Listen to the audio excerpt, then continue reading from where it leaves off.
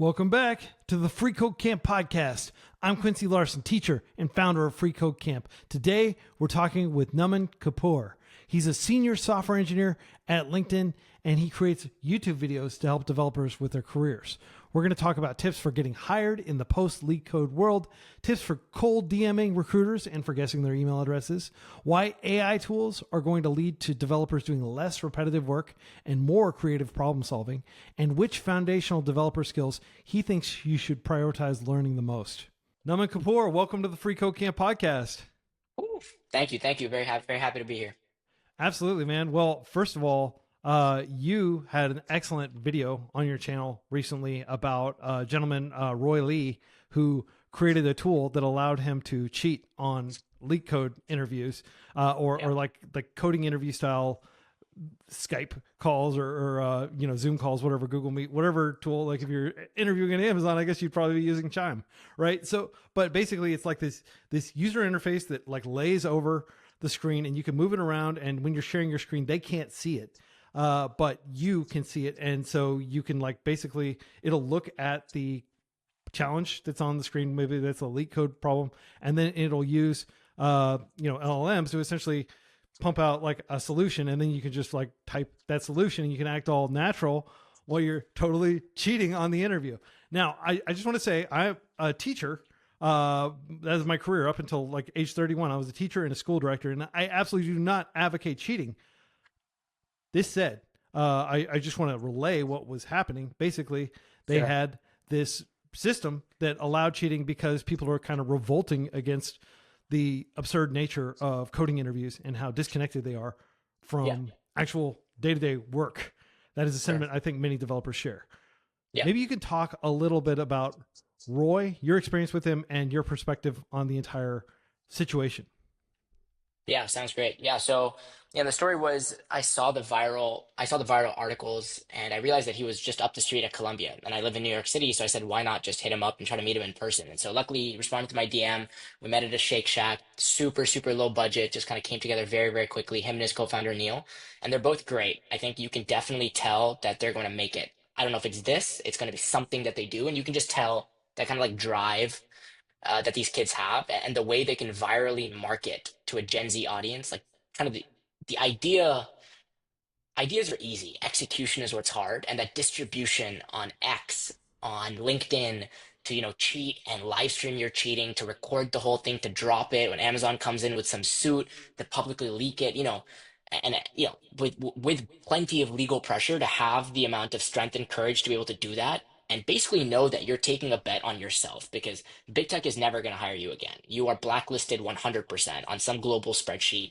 Everyone knows your name for the wrong reasons unless you make it. So it's one of those like, Travis Kalanick, like now it has to become Uber and one day it won't matter. Actually, the reason it would be such a cool story when they write a documentary, make a movie on this, is because he did all these in his early days. And so super bullish, wish him the luck. I think everything he's doing is right. I don't know if this idea is going to be the one that launches him to great heights, but something that he does, he's definitely got that fire, and I think that is really cool to see. When it comes to LeetCode interviews, as someone who has gone through plenty of them, who's studied, who's passed some, it is really frustrating. I'm going to be honest, and it's a little ridiculous that you have to go on a platform and understand how to solve these problems. But then, even a couple years ago, you would just go and look up on Glassdoor, or, what questions have been leaked and what questions are currently in the database, and basically rogue memorize them. And sure, with enough practice, is it really memorization? Is it now competence? Who knows? But at some point, you're literally looking at Meta's 100 tagged questions and then going through them so many times that it's basically memorization. Is that different than AI? I don't know. But LeetCode as a core concept, I think, makes a lot of sense. And, let's get rid of the word LeetCode. That's just a platform to practice for these questions. Right. What we're really talking about is DSA, algorithmic questions. And that is essentially just problem solving. And so, a couple years ago, 10 years in the glory days of tech, what you really needed was just AI type engineers, basically just code monkeys. New grad engineers are just given a ticket. It's fully scoped out. They just go write this code. And what writing code means, you just go copy existing pieces of code that someone else wrote, you refactor it, and you post it. That doesn't take anything other than just some boot camp trade level understanding of coding. Coding is a language. Coding is just a tool. But the people before those golden eras, the 2020s, like people like Jeff Dean or Sanjay Gamawat, who, I made a video on recently, these two legends at Google, when they were solving problems, it had very little to do with tools. Like they didn't have to be the most proficient C coders. They had to have insane problem law solving and critical thinking skills. And that's what these interviews were meant to glean back when cracking the coding interview was a book, or they would ask brain teasers and how many golf balls can fit in a school bus. Like, sure, AI can give you an estimate. It's just a volume and like how much is a golf ball, and you just do some math, right? But it's like in the moment, I want to see how you think. And so when I give you a question like a number of islands, now it's been done so many times that it's cliche. Like I could just tell you right now, eyes closed, what the solution is DFS, just do it. But back in the day, it used to be a way to glean, okay, how am I going to go around solving this problem? And that has nothing to do with leak code, has nothing to do with perfect code, has nothing to do with getting the solution O of whatever time. It's like a way to describe how I'm going to solve complex problems. Now, that system is kind of dying because a lot of those big problems have been solved. If you think about the most popular companies right now raising insane valuations, a lot of the core thesis is hard problem is solved, let's just go distribute it. And that's kind of what Roy did in the opposite way. He didn't really solve a problem. I mean, by their own admission, it took them about 2 weeks with a couple of hours here and there to vibe code the solution, which means you and I could probably spend a weekend and copy exactly the tool they built. The niche there is really interesting because they kind of crack the distribution and the execution and the virality to make it worth someone's time. And that has nothing to do with coding competence. That's sales. Like Yeah. Roy and Neil are great salespeople. And I think in this whole controversy, you have to remember that they're software engineers, but really they're founders and salespeople. But the initial LeetCode system has been cracking for so long that it's only inevitable you're gonna have to go somewhere different. But the core thing people are trying to still figure out is, can you as a candidate solve hard problems? And the way to answer that question is going to change. Support for this podcast comes from a grant from Wix Studio. Wix Studio provides developers tools to rapidly build websites with everything out of the box, then extend, replace, and break boundaries with code. Learn more at wixstudio.com. Support also comes from the 11,189 kind folks who support Free Code Camp through a monthly donation. You can join these chill human beings and help our charity's mission by going to donate.freecodecamp.org. Something that I want to dial in on. You said a lot of the hard problems have kind of been solved, and now it's just like, okay, now we understand, search engines as a concept. Now we understand LLMs as a concept. Now we understand, like how a spreadsheet works or a calendar works, or like a lot of these kind of like problems that needed to be solved that software kind of like, found all this like relatively low hanging fruit. And Yeah. now we've solved a lot of those things, and a lot of the problems that remain are more trivial, like just little implementation details that are specific to a company, for example. And that doesn't necessarily require the same kind of problem solving ability that you would see in kind of these legendary engineers. And I encourage everybody to check out Naman's video where he goes through and like recounts the history of these two engineers and their friendship and like all the amazing work that they did at Google over decades. I've got that linked in the video description / podcast show notes. Do you think that a lot of the hard work is done and that a lot of what remains is just, piping stuff together? So, I don't want to say everything has been solved, and that's kind of the joke. Every time we think that everything's been done, someone comes out and does something new, right? It's like, oh, big tech, what is big tech anymore? And then AI companies come out. Now you have like ChatGPT is a new concept. But I do stand by the philosophy that the hardest problems are not solved, at least at this level. Like if you're probably watching this as a college student or early in your career looking to pivot, the types of roles you're looking for, correct me if I'm wrong, is a steady life, a great paycheck, and a good kind of like work-life balance, solving hard problems, but not the hardest problems. Because if you wanted to solve the hardest problems, you'd be an academic. You'd be Right. pursuing a PhD in some niche area, or you'd be a research scientist. Like, the people at OpenAI really working with the models are not entry-level software engineers, right? Entry-level software engineers are building out the billing tool or the API integration or growth engineers to make the distribution better. Like I work at LinkedIn as an ads engineer, right? Ads fundamentally as a problem of like bidding, pricing, audience, distribution, impressions. A lot of that came from academic papers that someone at LinkedIn 10, 15 years ago implemented a V1 of. And now we just iterate on that. Nothing wrong with that. But software engineer today is about solving little problems. And the little problems might not be the most technical. It might be interesting design wise. It might be interesting to go refactor something. It might be some migration, which is very satisfying. But at the core level, the problem is not that hard. And if it's hard, it's getting solved at the senior staff, principal, distinguished level, which doesn't mean one day you can't get there. And if those are your aspirations, definitely keep going. But I think people forget that, like all industries, there's this idea of you have to do your time. And so you start off at the beginning, right? At the lowly ranks, you learn a lot from your peers. And as you gain more experience, you move up. And that's when you get access to a lot of these business-wide strategy, really, really hard technical architectural problems. But a lot of the conversations that we have at this level, even my level, when I talk about some of the leadership and senior engineering skills, I wouldn't say I'm solving the hardest problems. I'm solving some hard people problems. How do you collaborate? How do you build systems to be productive? How do I juggle on-call tasks with this requirement, with a product-facing thing? How do I manage my time? How do I make sure, I'm not losing track of threads? How do I have my own personal operating system? These are the hard problems I'm solving every day. But the core hard problems exist, but they're probably at some university, at some laboratory, or some research position at one of these big companies, at Fair, at Meta, or at Microsoft Research, or OpenAI, or Anthropic, Trust Safety. These are the types of people solving these high level problems. And it doesn't mean you can't get there. Sometimes it requires a master's, sometimes a PhD, sometimes a little bit of luck. But fundamentally, the problems we're talking about are very different. And I think LeetCode style problems made a lot of sense when we were building these big core tech systems with a lot of ambiguity. Because at that point, all I needed was a smart person. At that point, you being a international medalist at the computing Olympiads, or having a very hard physics degree, or having an astrophysics PhD would give me more signal to your problem solving ability than probably like if I gave you binary search, could you implement it in Python? And a lot of those entry level things are being done by AI, because back in the day I would do the same thing. I would just like go to Stack Overflow and copy it. Now I can just ask AI to give it to me. That itself is not a hard problem. Binary search was a hard problem that has been solved.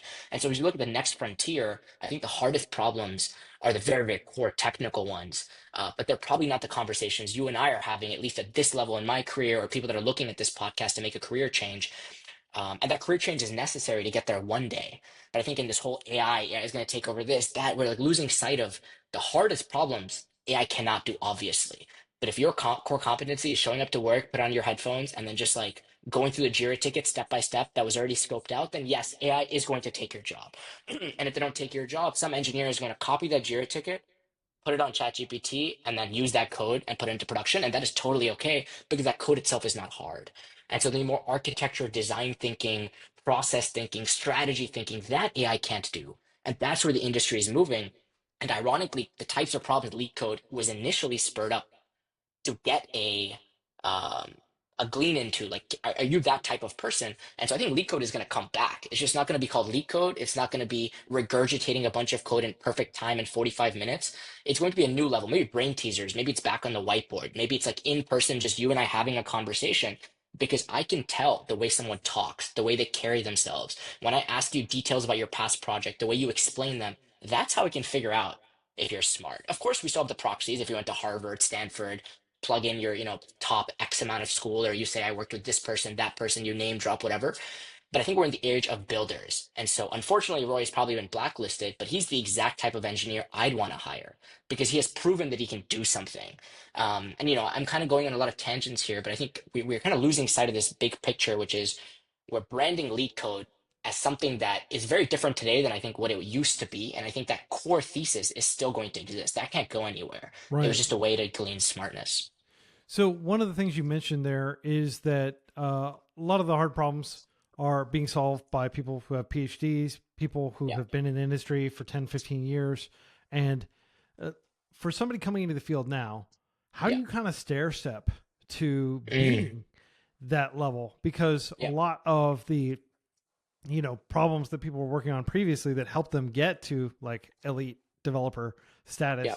have largely been solved. You can Sure. resolve them, right? And Yeah. that's essentially what LeetCode is like kind of like re-implementing known solutions to problems that used to be unsolved at one point, right? Yeah. Like you mentioned, that binary search was eventually figured out, and there was a time where that was probably an area of academic inquiry, and now Sure. it's just something that people memorize so they can try to get a job at a big tech company. Yeah. How do people bridge that gap with given the changes that have happened, given how easy it is to reproduce an existing solution. And historically, that's always been possible. Code is infinitely reproducible. There's no reason to re-implement something if you've already got a perfectly good thing. People aren't rolling their own, OAuth anymore. People aren't necessarily implementing their own search. They're just grabbing like Elasticsearch or something like that and throwing that, like libraries, plugging libraries in and stuff. Yeah. Given that a lot of those solutions exist, and they're easier than ever to call forth with LLMs. Yeah. How do you get the chops to become elite now?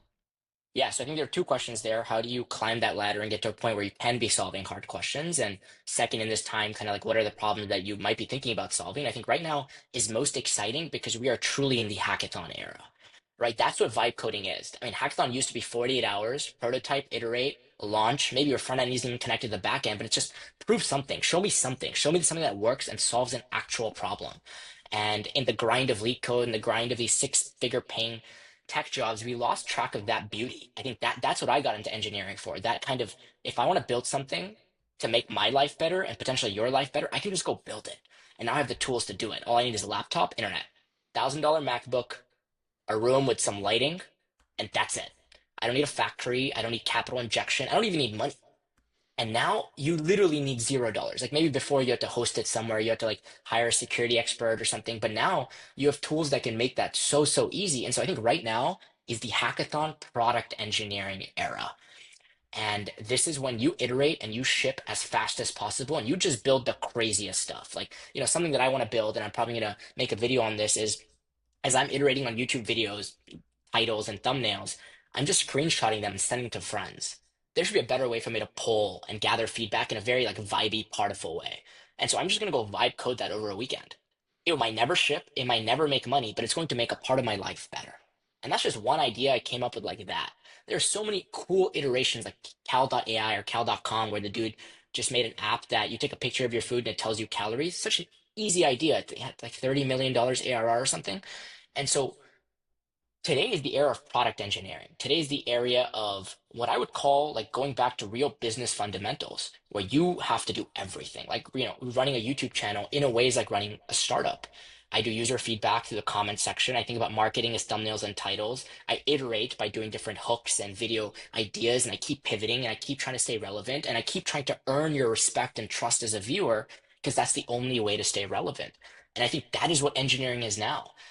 Instead of just joining some random company and changing the color of a random button, that's not valuable anymore. In fact, I'd probably argue it probably was never valuable, but back when it was an employees market, not an employers, we just needed more hands. And so it's just hire everybody and just give them something to do.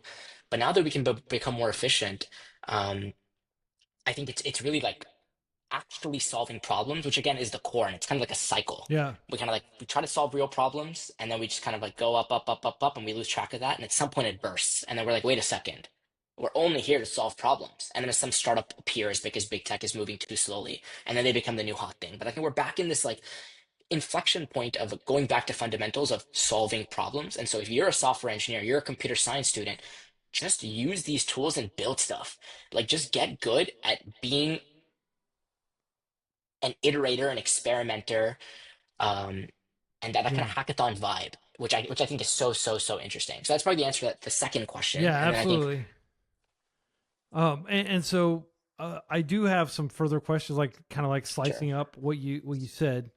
There's a saying that first time startup founder thinks about technology, second time startup founder thinks about distribution.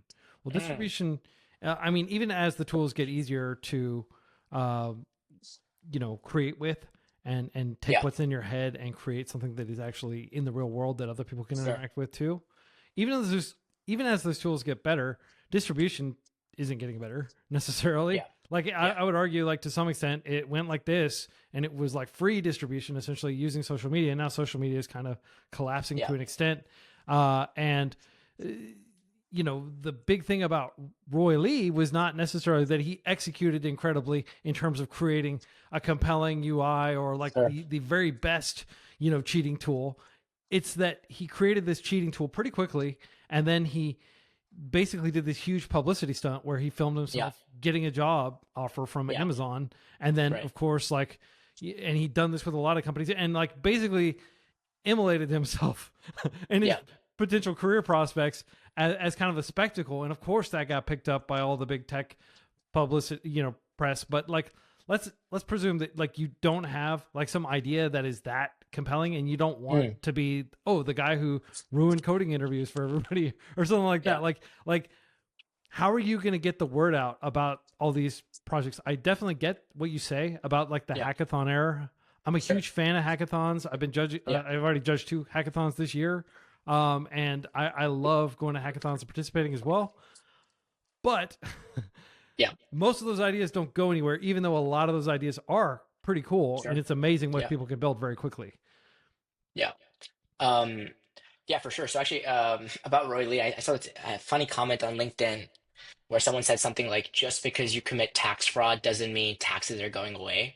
You're just making money. And it was kind of in direct response to Roy Lee's announcement of Cluely and his new ventures and stuff. And I think that's kind of interesting because just because you made a tool to cheat on interviews doesn't mean interviews are going away, right? You just got to make some money, get your name out there.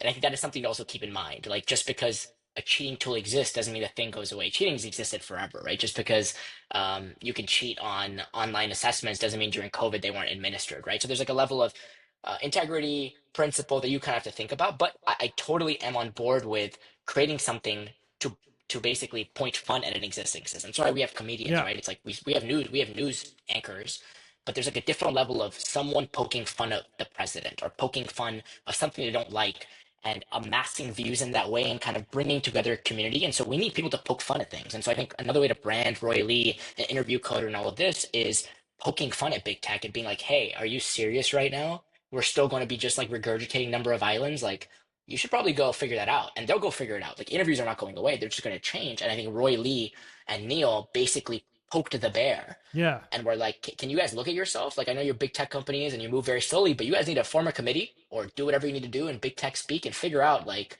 how this has been going on for so long because it's frankly ridiculous. And the community, all students are like, yes, finally, yes, thank you, right? And so I think that's kind of an interesting way to look at this too. Yeah. In terms of distribution, I would say that's just to figure out. And I think that is the hard part. Like I think one of the hardest jobs in the world is selling people, right? It's like it's the reason founders have a CEO and then a first engineer who probably work just as hard, but it's because the CEO's job is really to hire people and to sell people. And both of those are insanely challenging jobs, right? Yeah. So yeah. There's a saying that the higher up you rise in an organization, the more your job comes to resemble a sales job.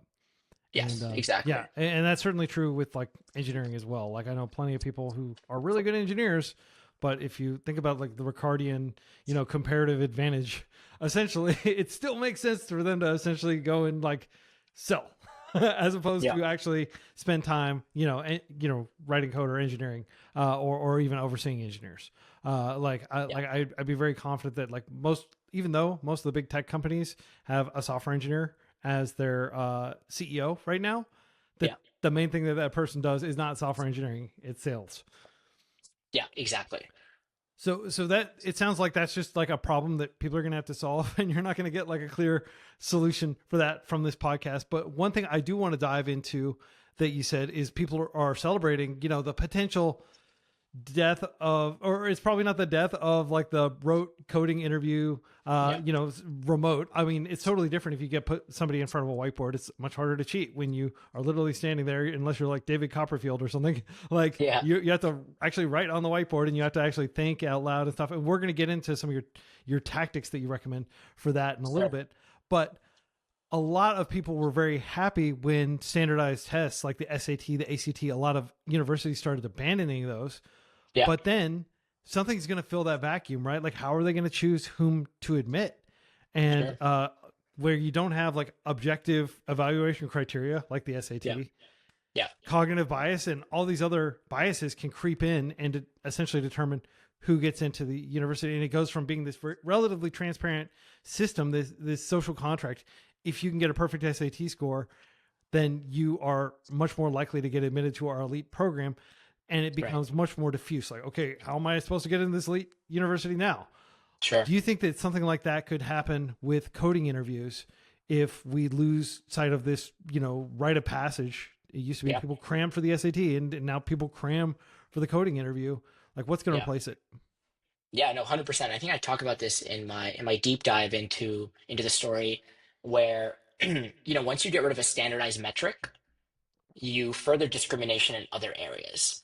And I think we're going to go back to how hiring used to be in the back in the good old, not the good old days, back in the day, right? Where if you were a startup in Palo Alto and some founder is looking for someone, they're probably going to go to Stanford. If you had Stanford in your resume, it just sounded better. Or if you were like a warm introduction through somebody else that was well known, then you would do better. I mean, unfortunately, that's how the world works even today, right? If you introduce someone to someone, if you say good things about them, self-fulfilling prophecy, someone's probably going to like them better, right? That's just kind of how the world works.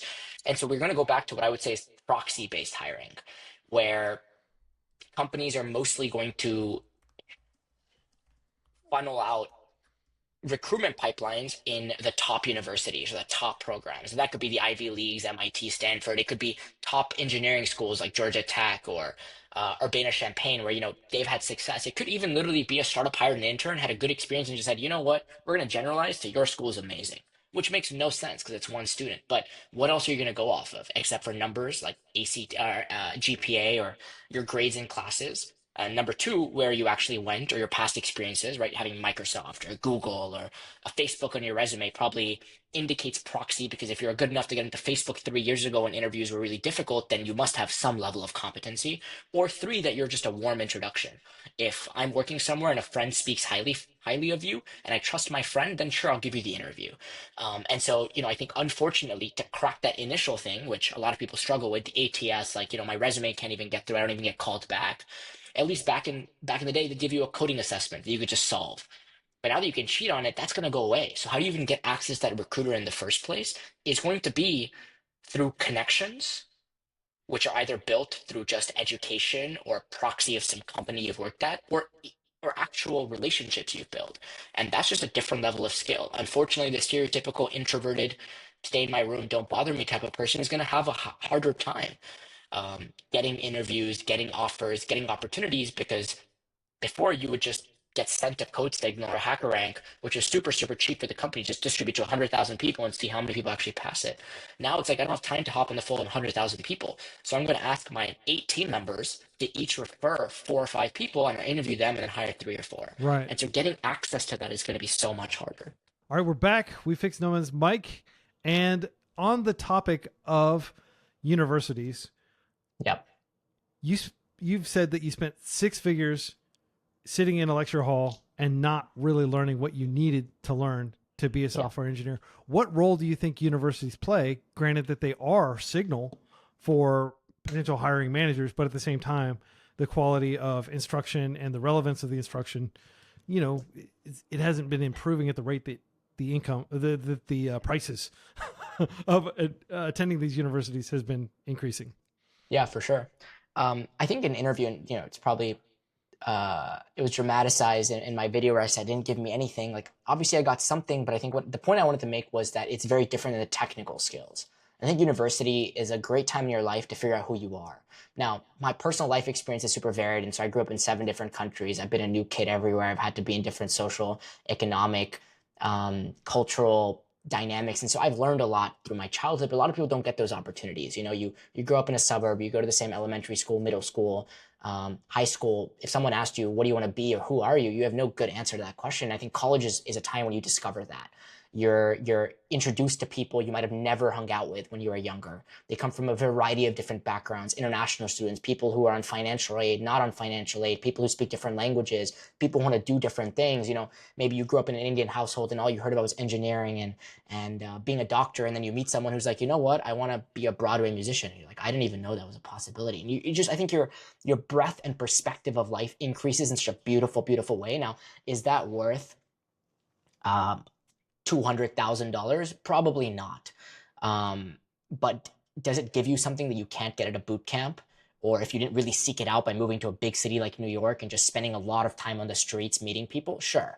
And, a lot of times I think a lot of things in life are pretty easy. What you really pay for is accountability and access. And, because we're all a little bit lazy. And so university is a way you just plant yourself on a campus. You just do what you're supposed to, go to class, do your homework, show up to social activities, and just suddenly your whole world kind of like becomes much, much bigger than you thought was possible. And I think that is like really, really beautiful. Um, I think a bachelor's degree, an undergrad degree is probably analogous to getting an MBA.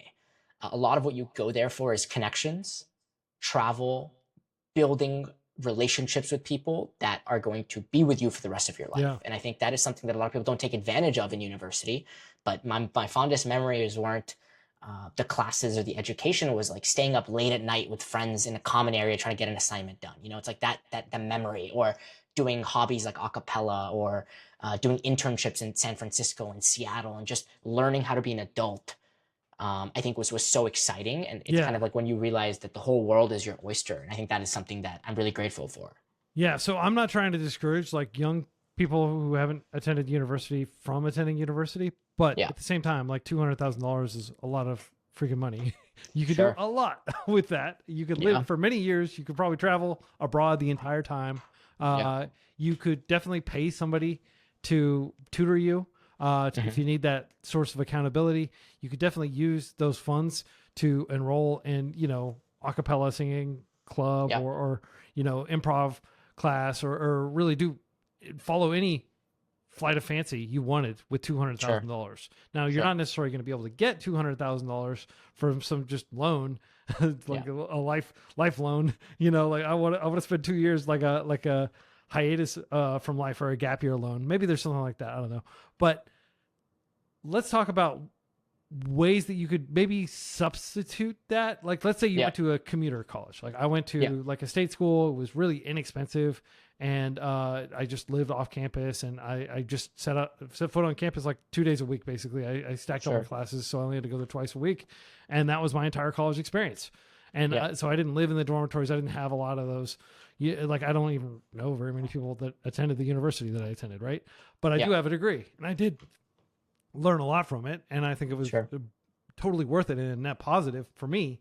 But if I'd spent $200,000 and then gone out and felt that like I was like unprepared, and that I still had to do a whole bunch of work, and that maybe the university degree had been kind of pitched as, oh, you're going to be ready to go work at Microsoft after you do this, right? And I believe you got an internship at Microsoft, right? Yeah, So you can kind of like speak firsthand how well it prepared sure. you for that. But like, I guess my question is, what are some things that people could do if Yeah, they want to get a lot of that value, but they don't have $200,000 lying around, or they already went to school and they don't want to go back?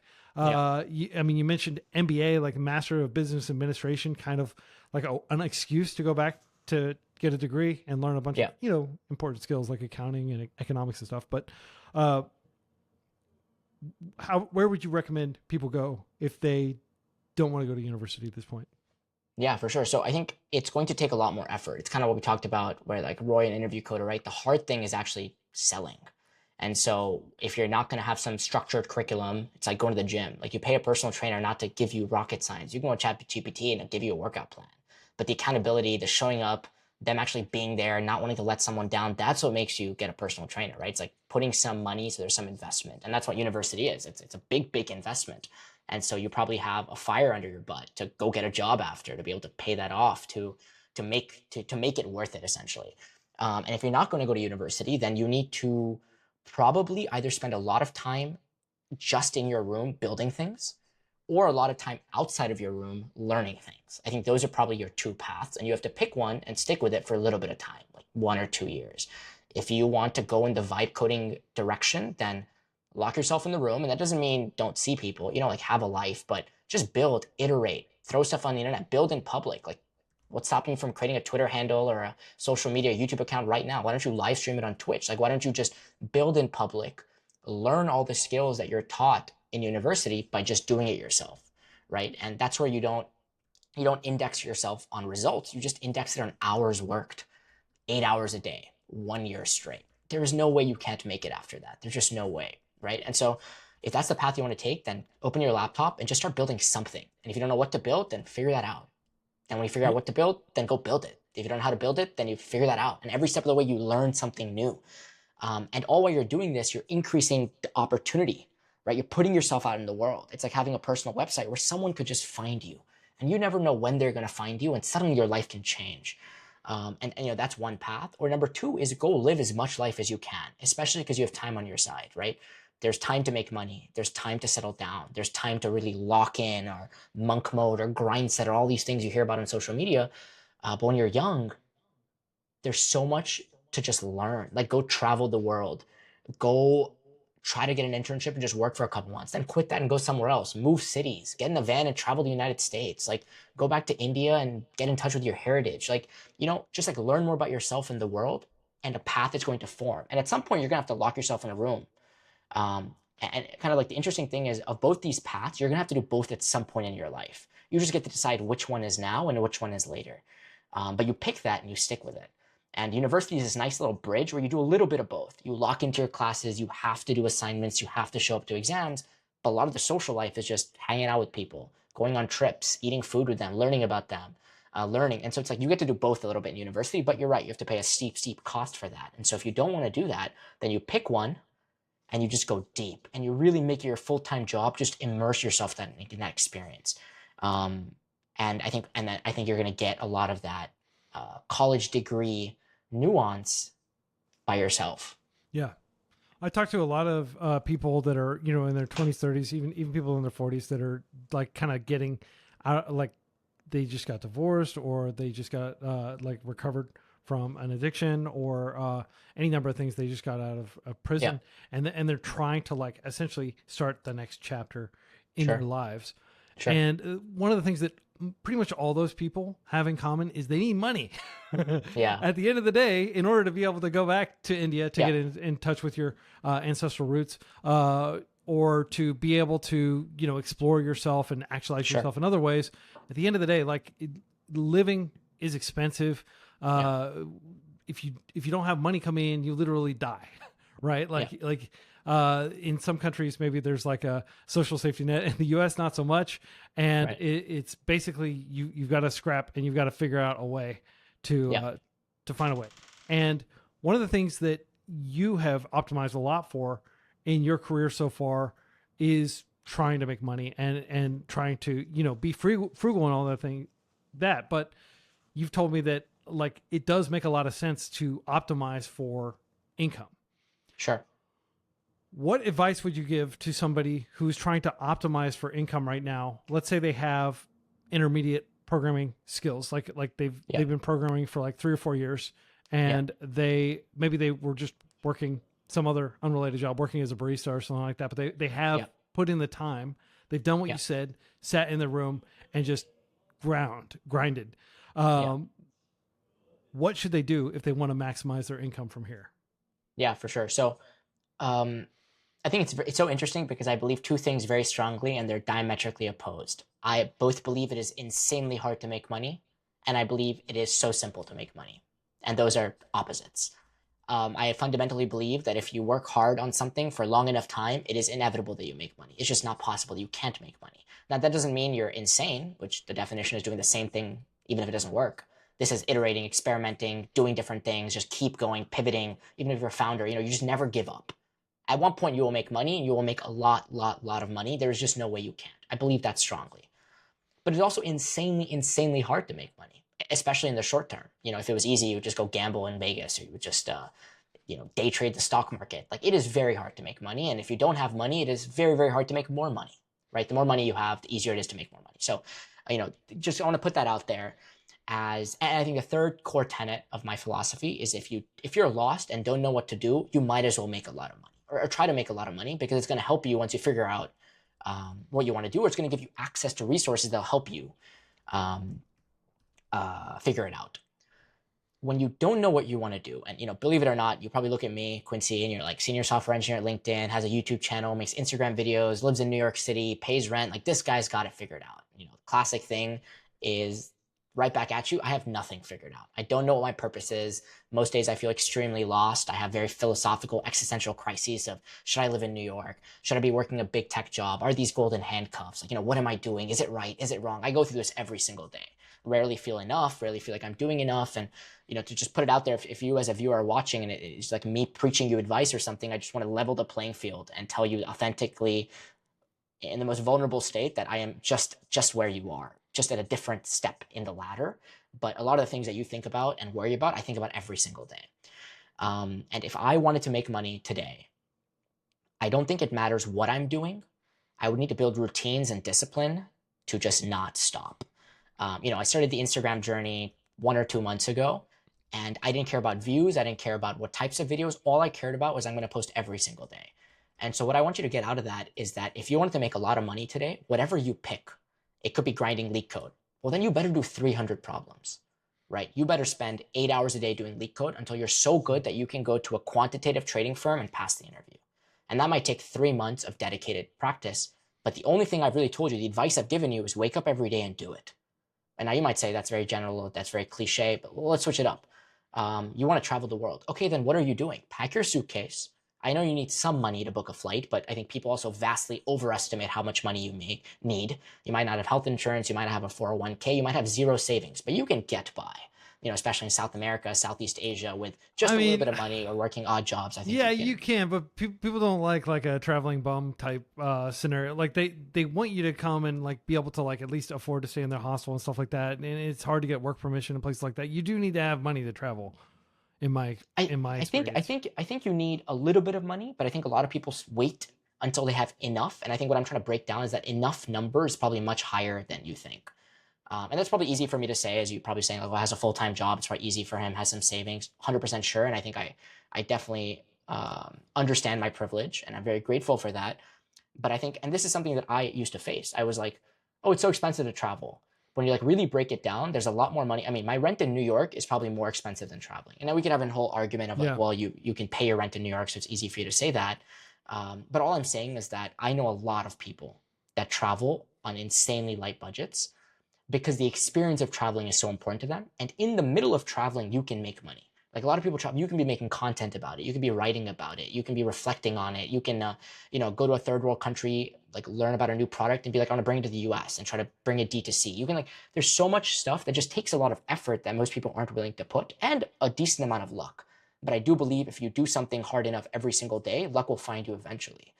And so this is kind of like a very general answer to if I wanted to make a lot of money. Now, there's also tried and tested ways. Like if you want to make a lot of money, big tech, right? And so probably the more like pragmatic, pointed advice would be grind LeetCode. It's probably not going anywhere in the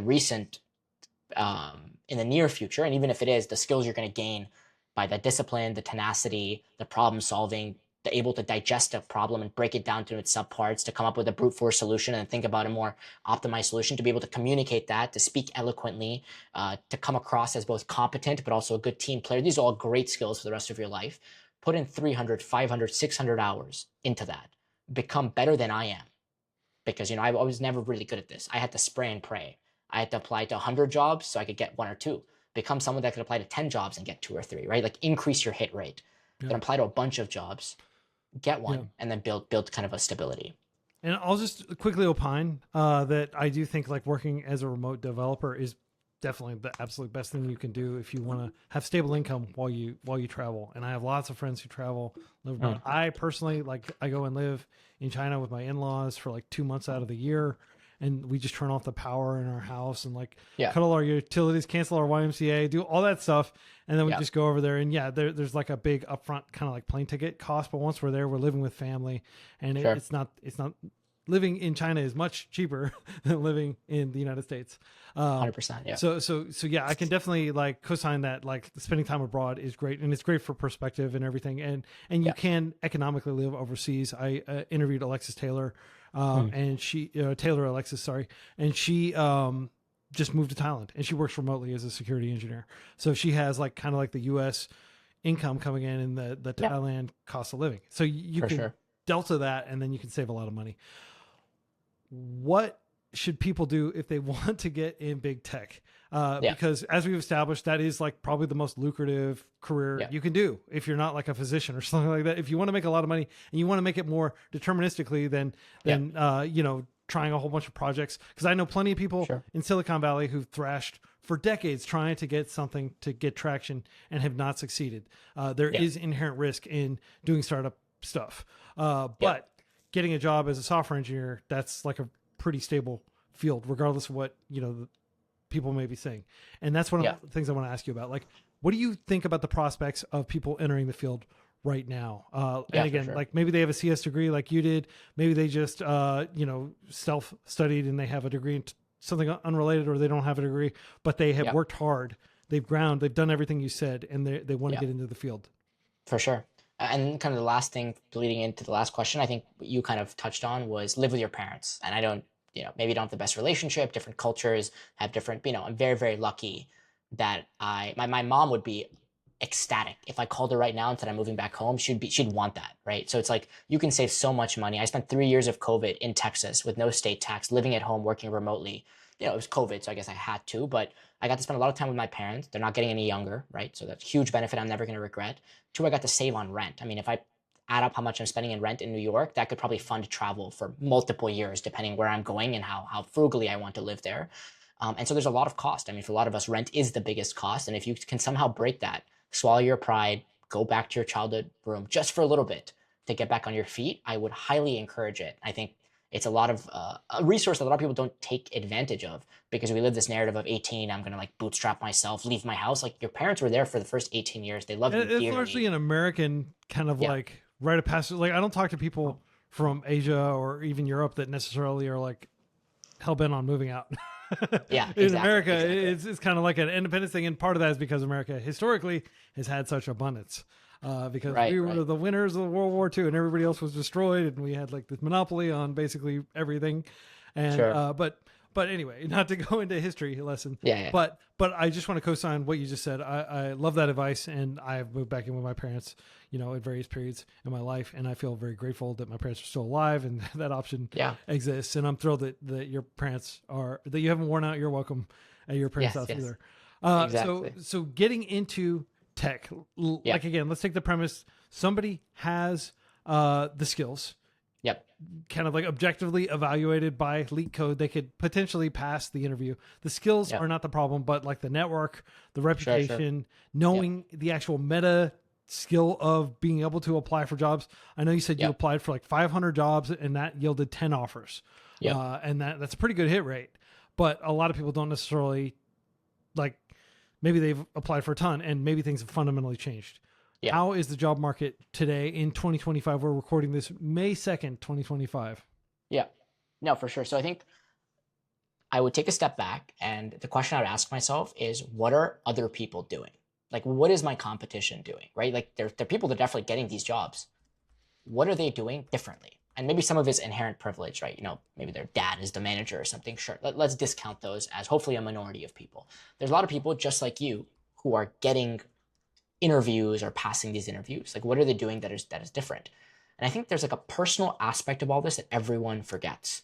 And so my tactical advice would be cold DMing, showing up to events, and building relationships. In fact, I think the summary would be build relationships. That could be relationships online, it could be relationships in person, but really tap into all your existing relationships and then make new ones. And part of that comes from being shameless. Like, I mean, there was a point where I'd go to my messenger list and hit up people from college who we have never messaged. And you probably sit back and you're like, oh, that's so weird. Like, they're going to think it's a business transaction. They're going to think less of me. They're like, oh, I wonder what so-and-so's up to. Oh, this person's begging me for a lunch date. Exactly. And yeah, that's exactly what's happening. It is a business transaction. In fact, I hate it when people actually try to make it something it's not. Hey, how you doing? It's been so long. We should catch up sometime. We haven't caught up in 8 years. We're not going to hop on a call and catch up now. Just ask me before you want to ask me. In fact, make it so easy for me to say yes.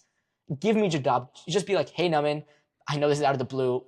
Notice you worked at LinkedIn. Saw this job opening. Totally fine if not, but would love if you could refer me. If you want to hop on a call and get to know me more, happy to. Otherwise, here's my resume. Could you put in a good word?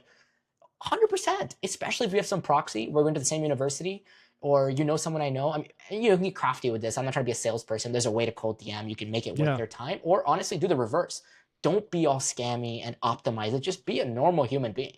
Just throw the message with incorrect grammar and just be like, hey, out of the blue, been laid off, looking for a new gig. Could you help me out? You just ask someone for help. 99% of people are going to say yes. And a lot of people you would be surprised at how many people don't do that. And that's advice for everything in life, right? Like, if you want to do something, just go and just do it and stop worrying so much about what other people think. And so number one would just be like, reach out to more people that you already know or don't know. And I guarantee you right now, if you reach out to 1,000 people, more than 10 are going to respond. That's a pretty, I mean, that's 10 prospects. I mean, imagine right now if I told you DM 10,000 people and you can get a first round interview with 10 companies, you'd be like, yeah, where do I do that? Where do I sign up? Right. But doing 1,000 DMs is hard, especially making them personalized, not making them scammy, not just like blasting everybody on a BCC thread, like putting time. It's going to take some time. It's going to take effort and it's going to feel weird, but you just got to do it. That'd be number one. And then number two would be make a splash. Just become more public, increase the surface area of opportunities, make a YouTube channel, post on Instagram, post on Twitter. And, you could say, what if I'm not good on camera? Do it faceless. What if I'm not a good writer? Just start. What if it doesn't matter? Just like do it. Start with a website, make a blog, make something and just keep doing it. And it's like a personal portfolio you're building over time. And so, right now when I message people, I don't even give them the summary. I just say, here's my website, check it out. Or even better, here's my YouTube channel. You just click it, it says 250,000 people. And you're like, wait a second. This dude made this? I don't even need to know anything else. I have enough proxy. Yeah, I'll put in a good order. Like, yeah, I'm happy to meet you. And so kind of build that public persona can only be helpful, I think. Yeah. So just to recap, cold DMing, showing up to events is one thing you didn't really go into as much. I'd like to hear what your thoughts are on that, but tapping into existing relationships and just be shameless. I love it. Just make a splash, increasing the surface area of opportunities, and kind of like the building in public, learning in public, putting stuff out there, putting YouTube videos out there, posting on Instagram, wherever, just to get a large number next to your name when people click through on a link, maybe. So that opens it up. But I do want to drill a little bit more into events since you're in New York City, and that is like a major kind of like hub where there are a lot of smart people. Yeah. How would you advise people go about using events? Yeah, 100%. I mean, there's a lot of ones that are publicly known. Like New York has New York Tech Week. It's just coming up now. There's going to be so many events open to the public. Anyone can show up. And there's a lot that you can just ask, and unfortunately, with my day job and making content and stuff and friends, I don't have as much time to go to a bunch of events, but there are so many. And all it takes is an email. Think about who's hosting these events: founders, companies, VC firms. Just email them. Literally general@vc.com, like whatever the firm is. So like, hi, my name's Namanh, work at LinkedIn, would love to meet some more founders. I'm sure you host events, fireside chats, happy hours, any way I can get an invite. And then once you get on that first invite, that mailing list, they'll just start sending you a bunch anyway, because you're like on the mailing list, right? So ask friends. Like you probably have friends who work at big tech companies, be like, hey, yo, like, do you guys go to fireside chats? And this is much, much more prevalent in SF, where the joke is you can probably get a free meal every single night of the week because of how many events there are. Oh yeah, every office is doing something. Exactly, right? And so, just ask around. Again, cold DM, ask to become a +1. Just walk around SF. If you see an event, be like, hi, can I, like, what is this? Like, start asking more questions, just be more curious, and you'll find them for sure. I don't think it's that hard. So all this advice is super actionable, and I talk a lot about this in my book, which is free. Just Google Learn to Code book, and it should be the first result. But one of the things that I'm interested in, that people come back to me all the time, they're like, the game's changed fundamentally. Like all this advice you're saying doesn't necessarily work anymore. It's impossible to get a job. Like, and I'm not trying to be too flippant in this. I mean, obviously there are like literally tens of thousands of job postings for developers on like Indeed.com and LinkedIn and places like that. But at the same time, I do hear people when they say something has fundamentally changed. It's harder now. That may be because of the layoffs. That may be because of like anxiety around AI and the fact that like the AI hype, people are basically every chance they get saying that they're going to be selling developers, like a developer as an AI agent and stuff like that. And it feels like there's a pall over the industry right now. Can you talk about that and your perception? For sure. So I think people forget that this happens all the time. This is just like this is what you sign up for when you work in innovation. You work at the forefront of technology. Things changed. Like back in the day, we had database administrators. Then it went to the cloud. Everyone's like, oh my God, it's going to the cloud. Everything's going to change. Yeah, for the better. It's just going to make it easier for you to get access to a data center and be able to have the compute to do whatever app you want to do. You don't need to call somebody or have someone manage it.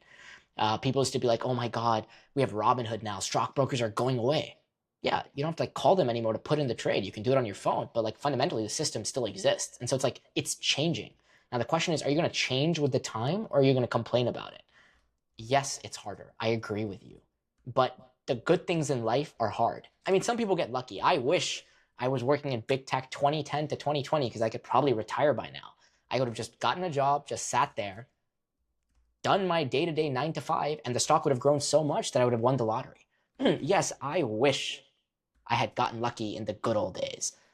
But that doesn't mean there's new opportunities. I mean, we have Anthropic, we have OpenAI, we have these huge companies that are doing what Meta, Google, Microsoft did 10 years ago. That's an opportunity.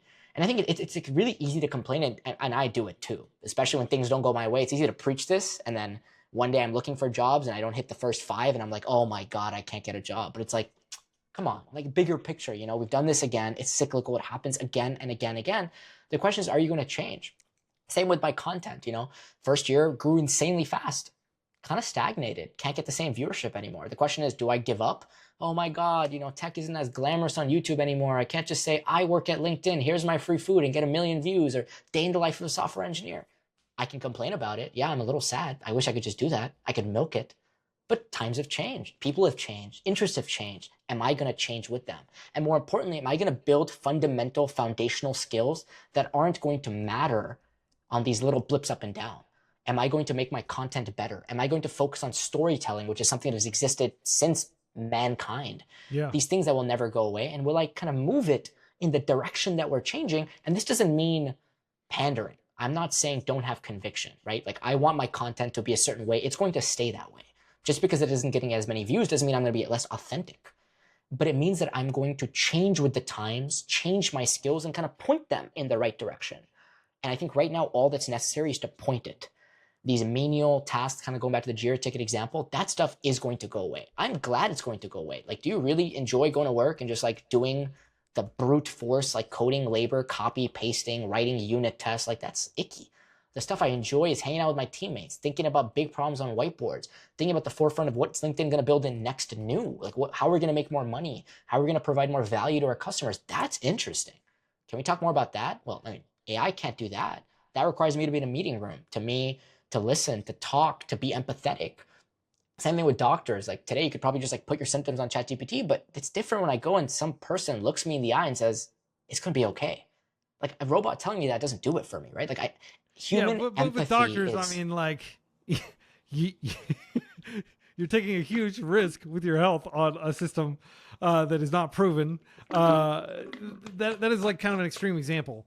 But I see what you mean, like the bedside manner aspect, the ability to actually ask questions and have them have this context that is not just like, a bunch of documents, but actually understand what a spleen is yeah. and why it's inflamed, and not just be predicting tokens, right? Like I think that there's absolutely merit. And so just to be clear, you think there's plenty of future for software engineers? That's Yeah, the I vibe I'm think getting. they might just be called something different. Maybe it's software architects, maybe it's software something else. But yeah, I mean, developer jobs, even the menial ones are going to exist. They're just going to be less. Like if right now there's like 100,000 of them, maybe there'll be like 60,000. Like we still need some people to do that. But the higher paying, the more interesting jobs, the one that actually matter, is going to go up a level, I think. Okay, and how do you think people can position themselves best for, skating where the puck is going, so to speak? Yeah, I mean, working on communication skills, which sounds very vague, like, becoming a better speaker. And I think just becoming a better teammate, a better, more charismatic. I think a lot of it's going to be having conviction in ideas and seeing them and executing them. And I think these skills are built in group projects in school. They're built by vibe coding something and shipping it. These are like the, public presenting in front of your classmates, by doing Model United Nations and like speaking in front of a bunch of people. And like, I think a lot of it is just putting yourself more out there and doing a lot of the more product management, salesy jobs that we were shielded from by just having a laptop and coding. I think a lot of that stuff is going to be much, much more important.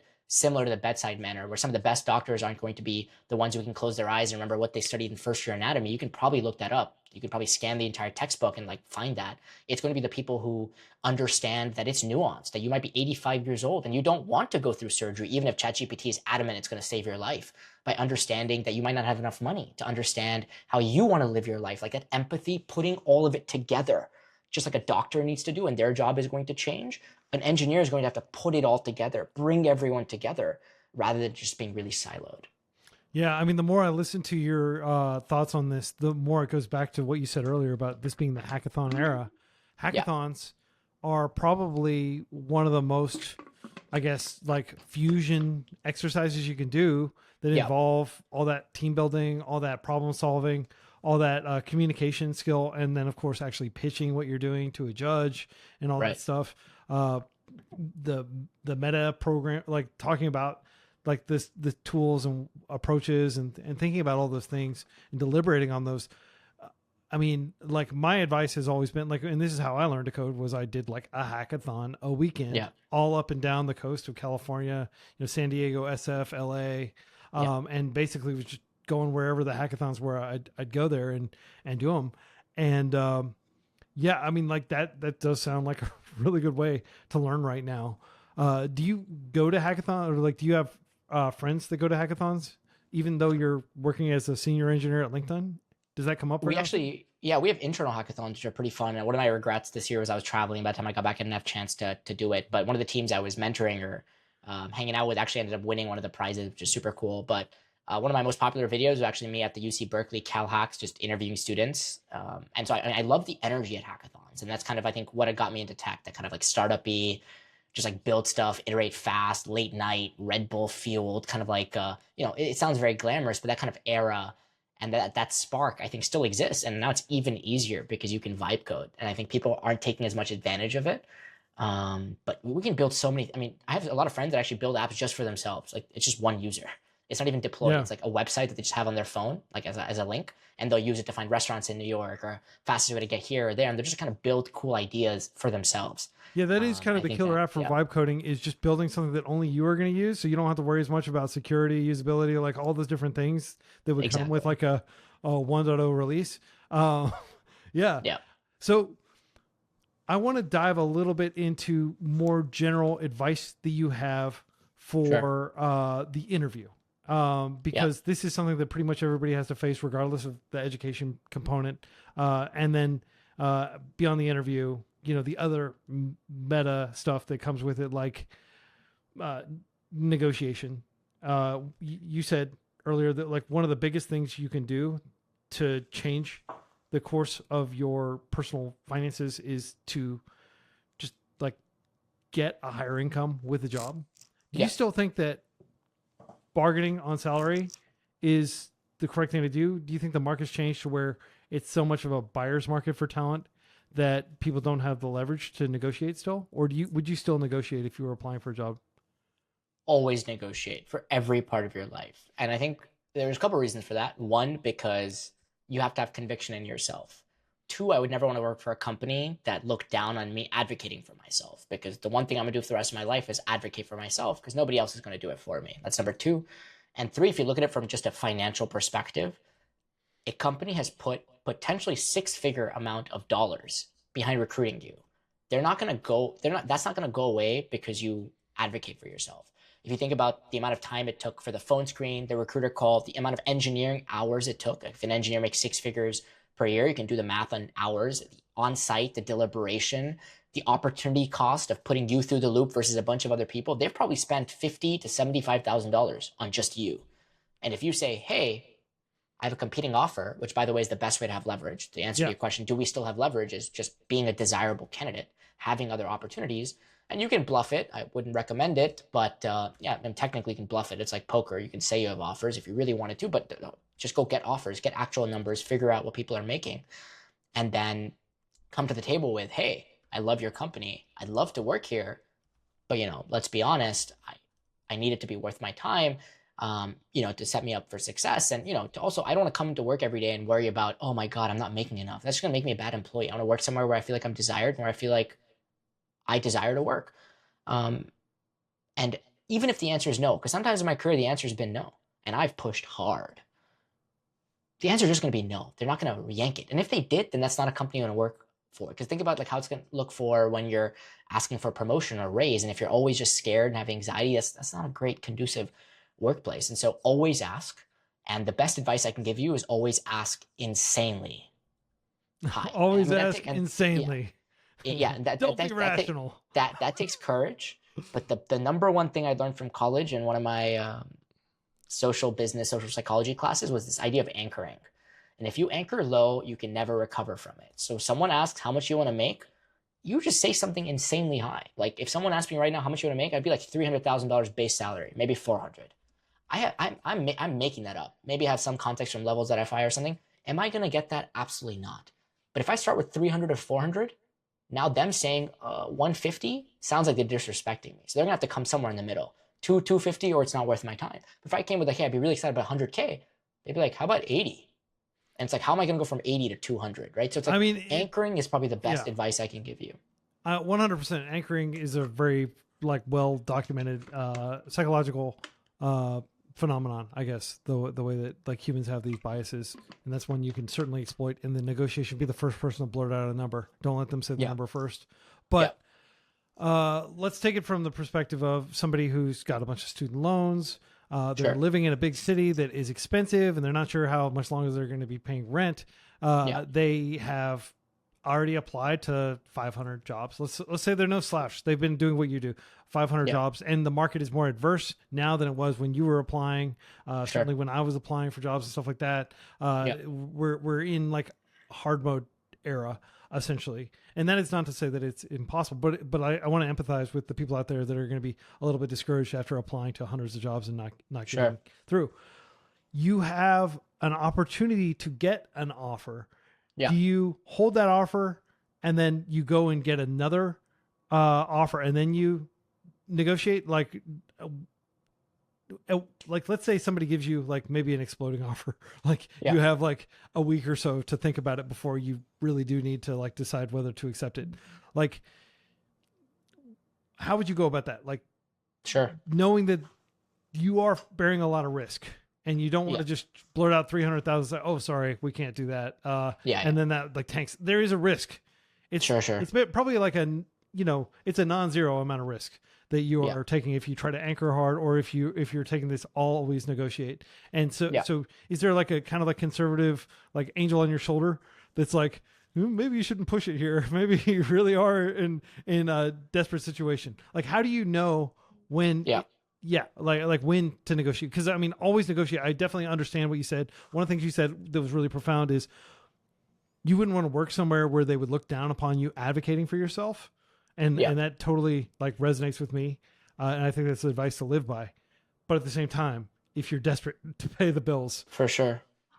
No, totally have empathy for that. And, take everything I'm saying with a grain of salt. Like, I'm making this huge number, 300, 400, just to kind of drive the point. I'm very passionate about these things. But yes, if you're looking for an entry-level job, do not say 300. Go on levels.fyi, find reasonable ranges, ask your friends who work there, and then say something on the higher end of that, but still reasonable. Also, because you're going to have the inverse effect. If I was graduating college right now and I said, I want to make $1 million base salary, they would not rescind the offer, but they would look at me like I'm a clown.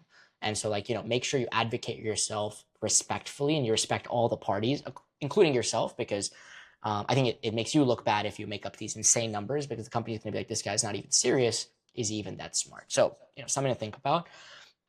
That angel on your shoulder, of course, it's there. And the best time to look for a job is when you have one, right? Because then you have the most leverage. You're comfortable. You're happy. They have to make it your time. When you're trying to pay rent, you've been unemployed for a couple months, health insurance is running out. Like, I understand there's a pressure. I understand that, and I've been there. But remember that pressure is self-inflicted, and it feels like a huge, huge rock on your shoulder, and it feels like weeks and hours and whatever, but it's minutes. Actually, these conversations happen over a phone. They happen over minutes, and just a few minutes can change the course of your life. I would over-index on advocating for yourself versus not. Again, because I truly believe that opportunity is not going to go anywhere. The worst thing is going to happen is it's going to be a no. Exploding offers exist. I also believe that I would never work for a company that had an exploding offer. I mean, I think a week or 2 weeks is probably reasonable in this market, but I'm talking about you have 24 hours to get back to us. I'd be like, well, there's no way I'm putting myself through that much pressure. And the fact that you believe that that's going to pull the trigger for me means that this is probably going to be a very toxic work environment. Yeah. And so, It's kind yeah, of a I mean, bad faith yeah, way to start the relationship if they're giving you an explicit offer. exactly. Exactly. And so I would say, be reasonable, and also I think I say a lot of things that sometimes I feel like are diametrically opposed because I believe so many things strongly, but I think it's all nuanced and it really depends on the situation. But I also believe a little bit more money, honestly, if you really break it down, isn't as much as you think it is. And what I'm basically saying is that there used to be a point in my career where if a job paid me $10,000 more, I would just optimize for the one that paid more. So when you're negotiating, remember that it's not about getting more slices of the pie, it's making the pie bigger. It's about understanding how your manager is going to be, how much time off you'll be able to take. Will I have to come into work how many days a week? Is there going to be a commute? Do I have to move to the city? There's all these things that have some monetary value, but a lot of it is also just time value, and time is money. And I remember when I picked my job at LinkedIn, it was actually not the highest paying job. But I really liked the culture. I really liked my manager, and I liked how I was going to feel working that job. And so, 5 years ago, if a job paid me just $10,000 more, and everything I was negotiating on was just primarily financial. And so when I say anchor, like come up with a big number. They won't meet you there; they'll meet you somewhere else. But there's other ways for it to make it worth your time, right? Like, is there free food? Is there going to be convenience? Is there going to be, how much time off do people actually take? Do people come in at a certain time? When do they leave by? Like, there's all these questions that you can understand. An extra $10,000, $15,000 in the grand scheme of your life isn't going to be that much. But how you feel, feeling healthy, enjoying your work, not burning out. These are things that longevity wise are going to have a far, far greater financial impact. And also think about, how many strides you can make at the company, right? So it's like, how fast can you get promoted? Can you go into management if that's something you want? Are you going to be able to do some product stuff and engineering stuff? Can you be like a hybrid PM engineer? Like, there's certain roles out there that are very unique and geared towards what you want to do, like forward deployed engineers, a little bit of consulting, a little bit of hands-on, like, and they might pay a little bit less, but you're just going to be happier, and they're going to lead to operating chief of staff, like all these other opportunities later that are going to be the higher ticket ones. And so what I'm trying to say is don't lose track of the bigger picture. Like on that first phone call, advocate for yourself, anchor the conversation, be a commanding presence, try to get what you want, but don't fret over a little bit here and there. And the grand scheme of your life is not going to make that much of a difference. Yeah. What I really want you to get out of this conversation is have that passion. I would rather you advocate and the offer doesn't change after 5 phone calls, but I want you to be someone that's going to stand up for yourself, because that's going to positively impact you for the rest of your life. Yeah. So there's a little bit of tension between wanting to be able to immediately make as high an income as possible, and hence negotiating, and also maybe taking lower paying jobs so that you can that have better work-life balance, so you don't have to worry about burning out, or have better, more promising career progression, kind of like ahead of them, like a ladder ahead of them that makes sense. So it sounds like you optimize for all of those things. Yes. I mean, of course we want everything. I want the most money and the healthiest work-life balance and the best, and you can't get everything. And that's actually some of my friends I remember were unemployed looking for jobs, and the reason they couldn't find one is because their list was just too long. They wanted everything to check out. They wanted the most impact, the most good for the world, and the highest paying job, and don't work that hard. And you can't get that all, right? You have to like sacrifice somewhere.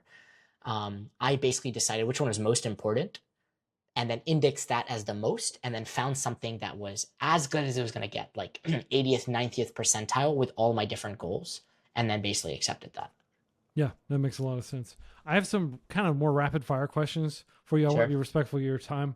But one thing that you said that jumped out at me, because like there's a saying, like you always want to be the worst player in the band, like as a musician. And you've said you always want to be the dumbest person in the room. Yep. Why is that? Yeah, and this kind of goes back to the first question you asked me, which was, we're talking about the hardest problem might have been solved. Like, how do you go chase those hardest problems? You go find the smartest people, because they are either working on the hardest problems now, have already worked on the hardest problems, or are one day going to work on the hardest problems.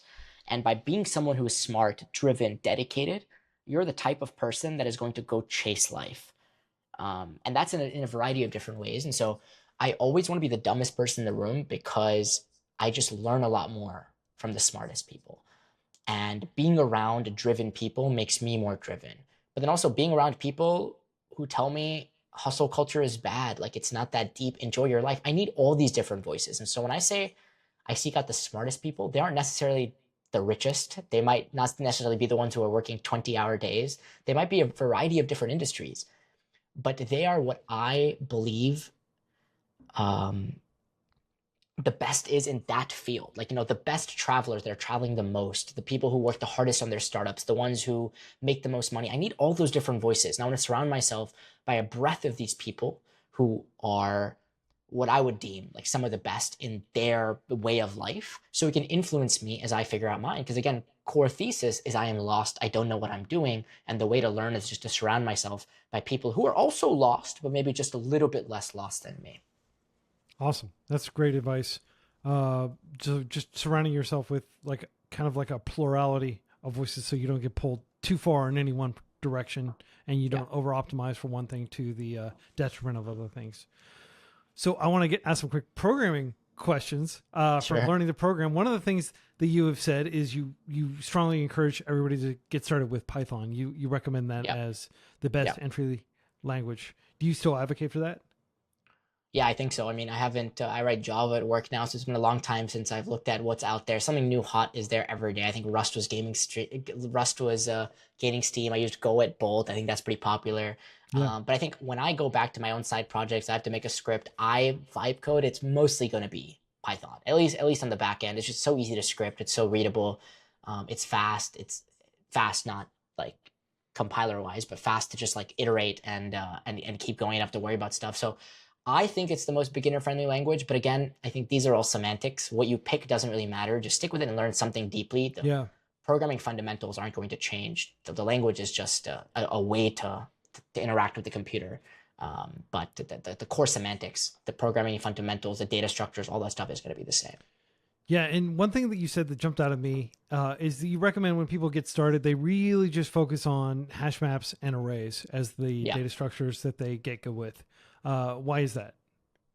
I think those are the best bang for your buck in terms of being able to build stuff for yourself or other people, in that they're the data structures that are most used and also most popular when it comes to coding interviews. I think there used to be a time when it was like trees and linked lists and the crazy arbitrary data structures, but these days a lot of it is like, again, back to the critical thinking, where a lot of it is actually thinking about the algorithm. The actual implementation might not be that hard, and a lot of those are just done with hash maps, arrays, heaps, which you can build with hash maps. Or most interestingly, a lot of interviews these days ask you to make your own data structures, which are usually built inherently with hash maps and arrays. And so again, like a lot of these core bigger data structures can be represented as a connection of either hash maps and arrays. And so really understanding them as the fundamental building blocks. And I think they're also the easiest to understand. Just you send in a line. That's a list. A list is an array, right? You go to a bookshelf and you pick out a book and you put it back. There's like some letter of key, and then there's like the actual value, like a hash map. These are very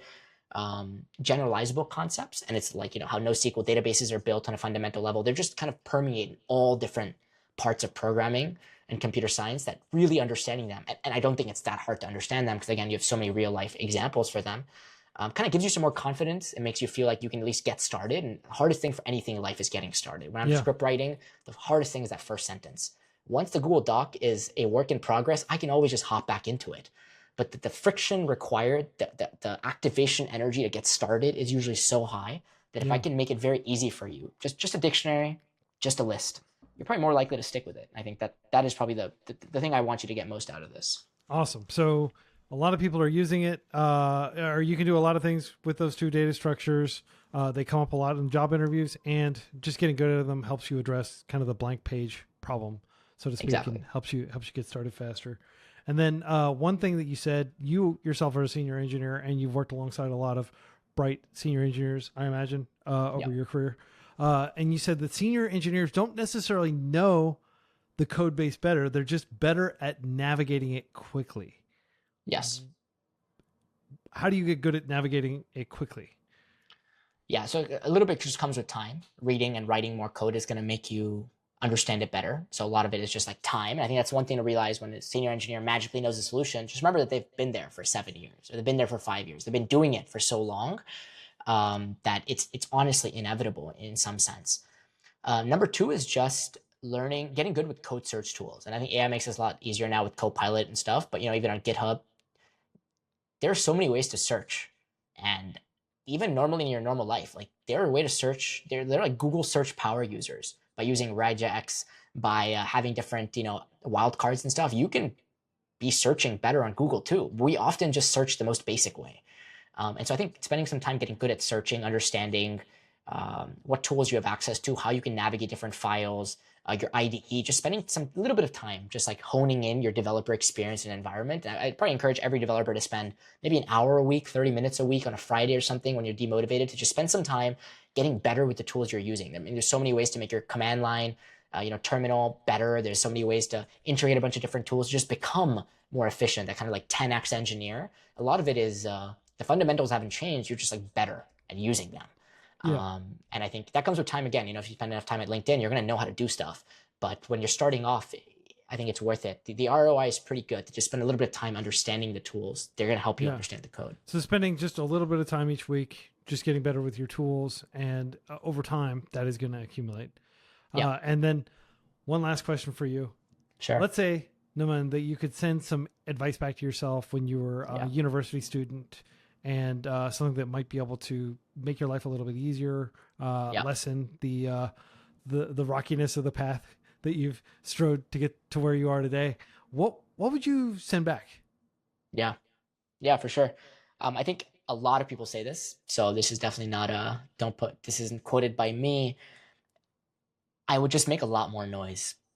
And I think the thing I remember most is when I made the most noise. And I think a lot of life is just making a lot of noise. And, I talk a little bit about that, but that just means not being afraid of what people are going to think, or putting yourself out there in every aspect of your life, in relationships, in jobs, in traveling. Everything in life is scary, and it's scary to everybody.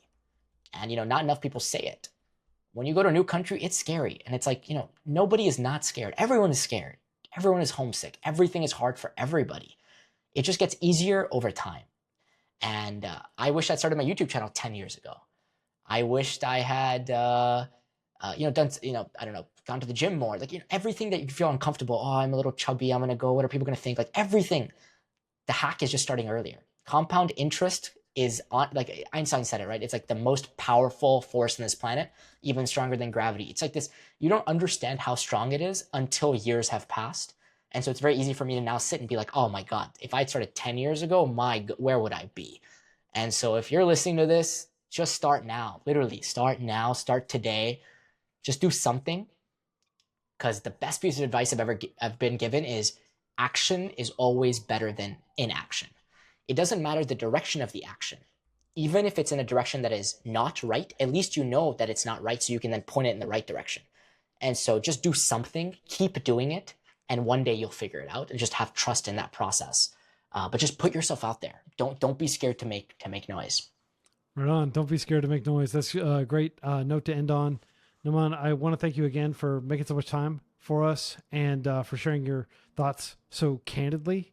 I'm going to encourage everybody again to check out that video you made about those two Google engineers. Check out some of the other excellent videos on your channel. If they have time, check out the Roy Lee interview. It's really cool. I love how you just sat down in the Shake Shack and just started talking to him, and like heavily edited it. The whole interview is like 15 minutes. It's nothing like this behemoth of an interview.